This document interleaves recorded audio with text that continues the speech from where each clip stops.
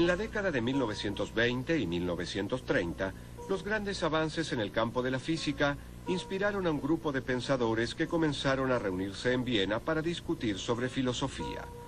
A este grupo se lo conoció bajo el nombre del Círculo de Viena y dio origen al positivismo lógico, un movimiento que sostenía que el único discurso que tenía sentido era el científico. Si se deseaba afirmar algo sobre el mundo, debía haber alguna experiencia sensible a la cual remitirse para demostrar que el reclamo en cuestión era verdadero. A este concepto se lo denominó principio de verificación o verificacionismo. Rudolf Carnap, Maurice Schlick y Otto Neurath eran los principales miembros del Círculo de Viena, que era frecuentado por muchas eminencias. Einstein, Kurt Gödel, un gran matemático y lógico, y también Wittgenstein, solían visitarlo frecuentemente. Y estas personas estaban muy interesadas en saber cómo o hasta qué punto la ciencia podía conocer acerca del mundo y cuáles eran las bases de la misma. También estaban muy interesados en saber si había o no una unificación de todas las ciencias. Ellos afirmaban que la física era la ciencia fundamental y que todas las demás ciencias de alguna manera derivaban o dependían de la física. Como con el tiempo se comprobó que el principio de verificación era tan riguroso que llegó a poner en duda a la propia ciencia, el movimiento dio lugar a un renovado interés por las teorías de la confirmación que intentaban incorporar el razonamiento inductivo o algo similar al campo de la ciencia. Algunos filósofos como Peter Strawson sostuvieron que la inducción no debía hacerse pasar por la deducción para ser considerada válida. Él creía que existía un principio de uniformidad en la naturaleza. Este principio nos asegura que debido a que el Sol salió en el pasado, podemos inferir razonablemente que lo volverá a hacer en el futuro.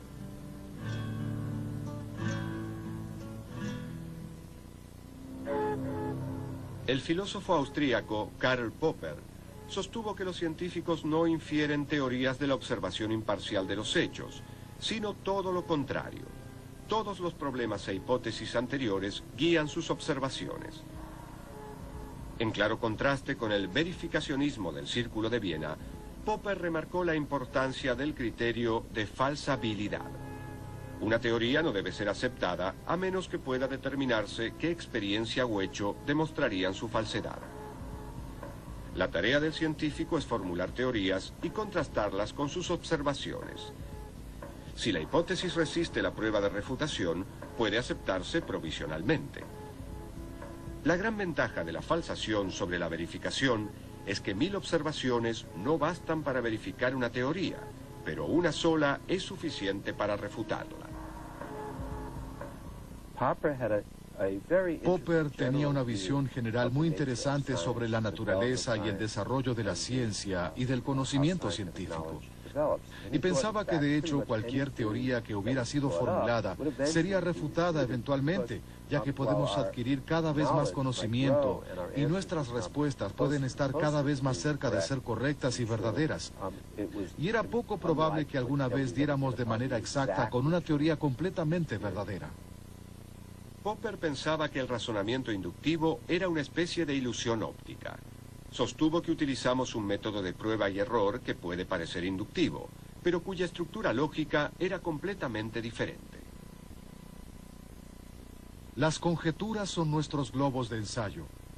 Las ponemos a prueba criticándolas y tratando de reemplazarlas, intentando demostrar que puede haber conjeturas mejores o peores y que las mismas pueden mejorarse. El lugar que ocupa el problema de la inducción ha sido usurpado por el problema de la bondad o maldad comparativa de las conjeturas o teorías contrarias que han sido propuestas.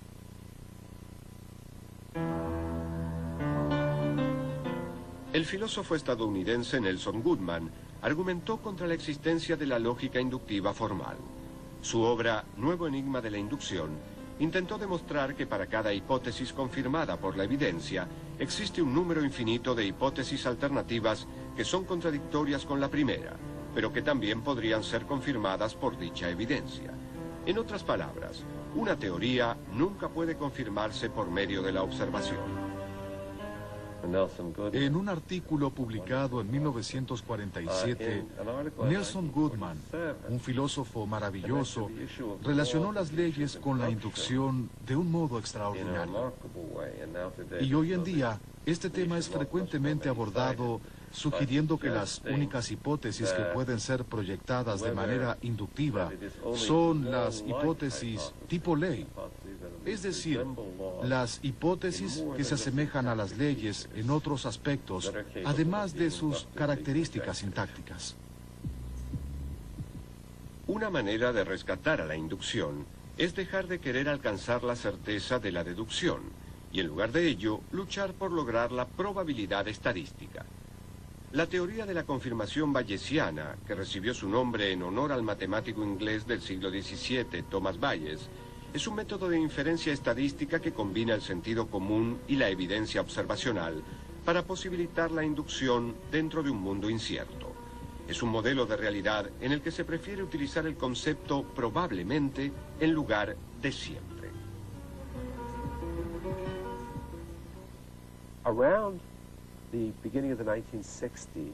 A comienzos de la década de los 60 había una especie de revolución filosófica, en general dentro de la filosofía de la ciencia, por la cual se rechazaban o al menos modificaban muchos aspectos de las teorías positivistas y lógicas.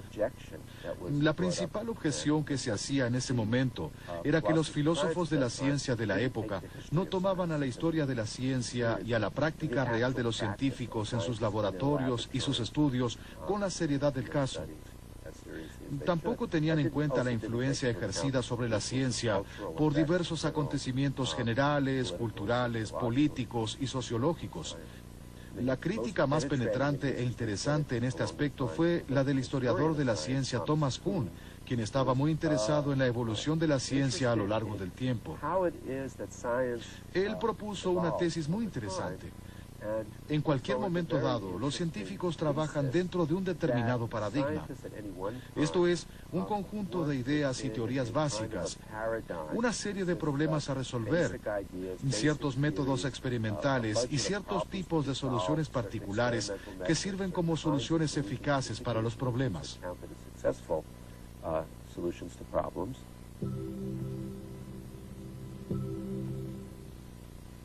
Kuhn enfatizó la importancia del contexto histórico y social dentro de la actividad científica. Se preguntaba por qué en un momento dado de la historia algunas teorías se aceptaban mientras que otras no. Para encontrar la respuesta a dicha pregunta, Kuhn creó la noción de paradigma. Según Kuhn, un paradigma es una descripción científica del mundo que es generalmente aceptada y provee un modelo de investigación.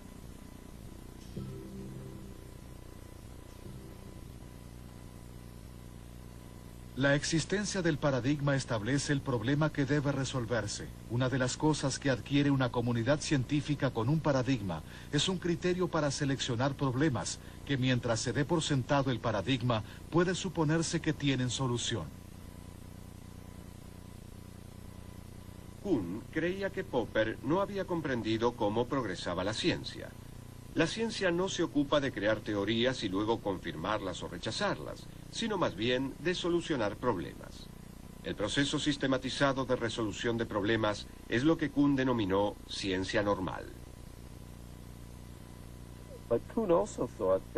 Pero Kuhn también pensaba que en un cierto punto de la práctica de la ciencia normal, o mejor dicho en varios puntos, surgirían problemas que no podrían solucionarse a través del paradigma teórico que había sido aceptado. Y cuando esto ocurre, lo que suele suceder es que sobreviene una revolución dentro de la ciencia y una nueva teoría. Un nuevo paradigma surge para reemplazar el anterior. Algo similar a esto ha sucedido claramente, al menos algunas veces, a lo largo de la historia de diversas ciencias, típicamente en la física. El cambio que se produjo del paradigma de la mecánica clásica, la visión del mundo newtoniana de las partículas que se mueven recorriendo trayectorias, a la visión de la mecánica cuántica, es un buen ejemplo del cambio de paradigmas.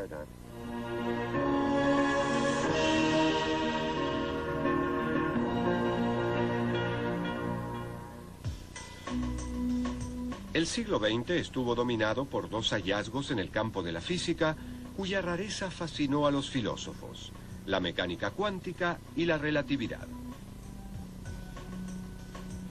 Einstein estaba trabajando en una oficina de patentes de Berna cuando en 1905 expuso su teoría de la relatividad especial o restringida, una teoría que sostenía que no existe ningún sistema privilegiado de referencia.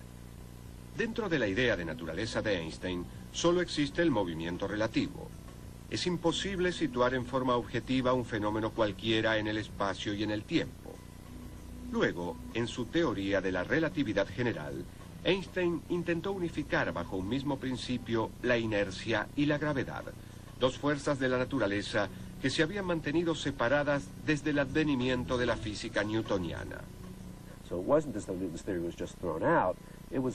No es que se haya descartado a la física newtoniana, sino que la misma fue reemplazada. Las implicancias de la teoría de Newton todavía pueden ser aceptadas en su mayoría, pero la teoría de Einstein trajo consecuencias experimentales nuevas que se ajustan mejor a los experimentos reales. Y, de hecho, una de las consecuencias de la teoría de Einstein comprende un momento especial en la historia de la física. La teoría de la relatividad general de Einstein predijo que la luz que viaja cerca de un cuerpo tan pesado como el Sol sufriría los efectos de la gravedad.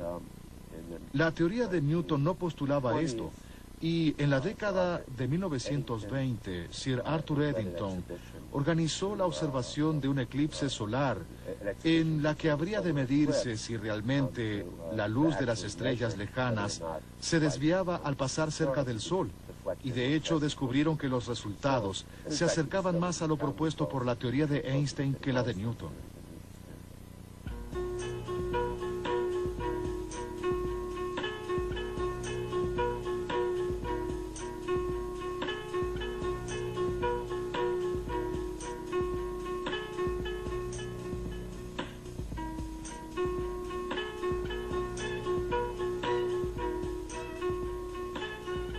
La curvatura del espacio y del tiempo que describe Einstein desafió la noción euclidiana del mundo.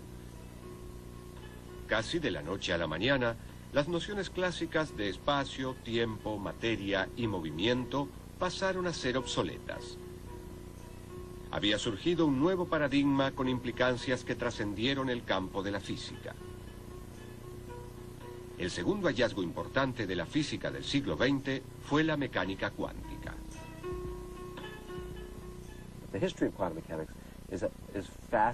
La historia de la mecánica cuántica es fascinante y dramática a la vez. La teoría se desarrolló por etapas a comienzos del siglo XX. Uno de los principales problemas que los físicos debieron enfrentar en esta época fue cómo pensar acerca del átomo.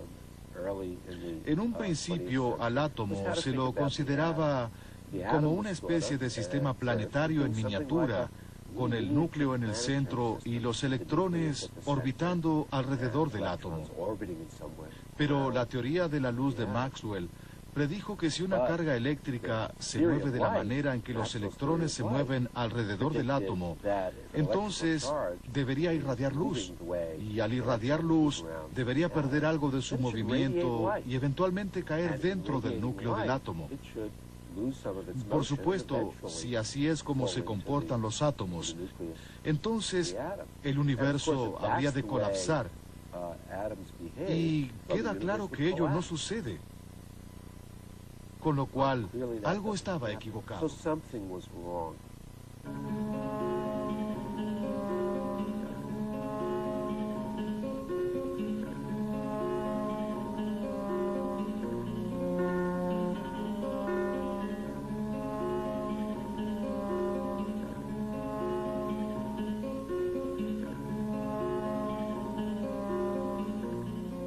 El físico danés Niels Bohr propuso combinar el modelo del sistema planetario en miniatura con las nuevas ideas radicales propuestas por Max Planck.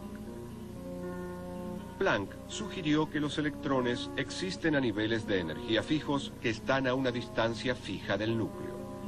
Cuando un electrón salta a un nivel más cercano al núcleo, libera una descarga o cuanto de energía. Cuando el átomo absorbe un cuanto de energía, el electrón se aleja del núcleo.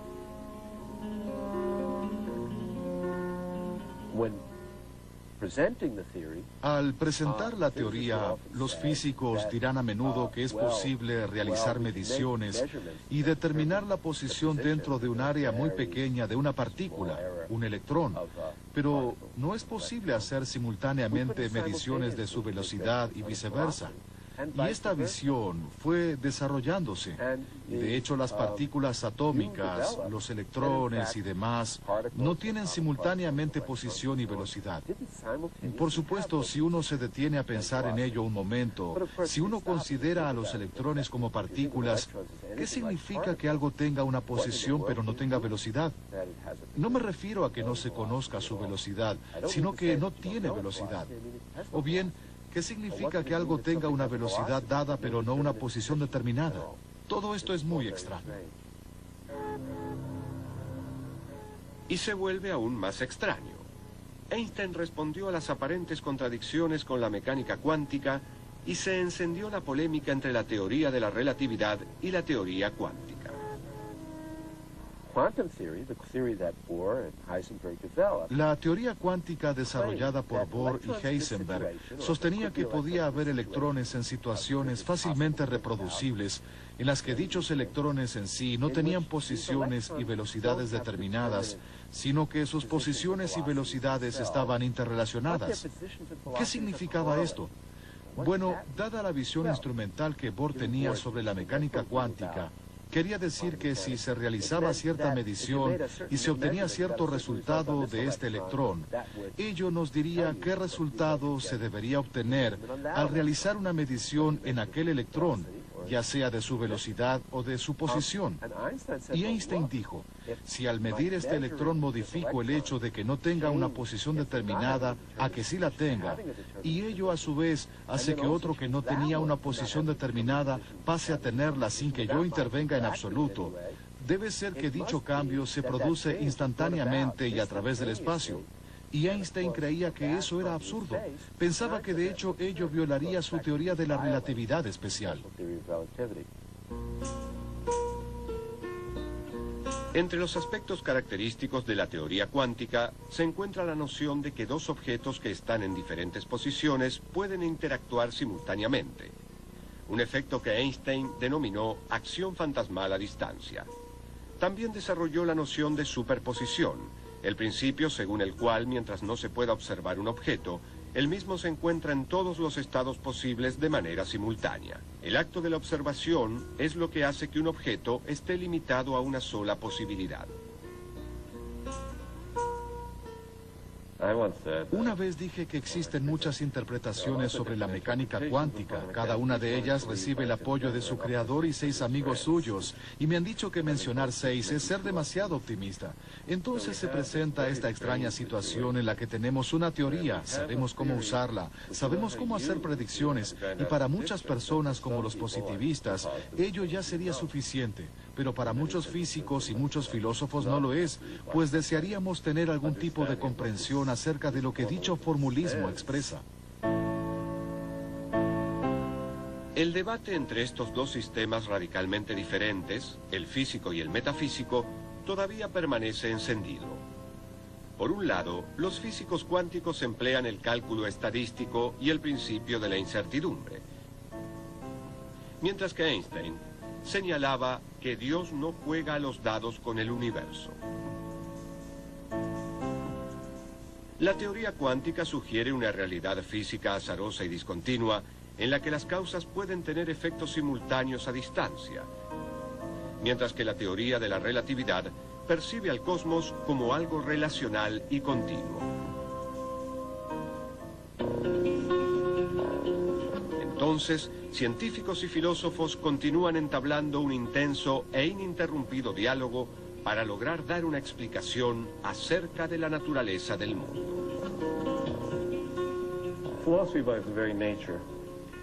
Por su propia naturaleza, la filosofía se ocupa de temas que no son considerados ciencia todavía, o que parecen ser intrínsecamente algo diferente a la ciencia, tal como la ética o la estética, o que se elevan a lo que a veces denominamos un metanivel, con cuestiones de metodología, niveles de significación y demás. Entonces, parte de la filosofía debe ser ciencia que está por nacer. La filosofía funciona como una cuna para las ciencias del mañana. ¿Por qué ciertas personas se dedican a ser filósofos? Porque están interesadas en demasiadas cosas, al menos esa es mi experiencia personal. Entonces a uno le interesa la cultura griega, pero también la matemática, la física y la historia. Y luego uno descubre que al hacer filosofía es posible estar interesado en todos estos campos y trabajar en ellos, porque todos ellos tienen su base y todas estas áreas de interés intelectual son áreas en las que es posible hacer preguntas filosóficas, tales como ¿cuál es el objeto de estudio? ¿Cómo investigamos acerca del mismo? ¿Cuáles son los conceptos y las expresiones de las nociones centrales de dicho tema? Y lo mismo se aplica a la filosofía de la ciencia.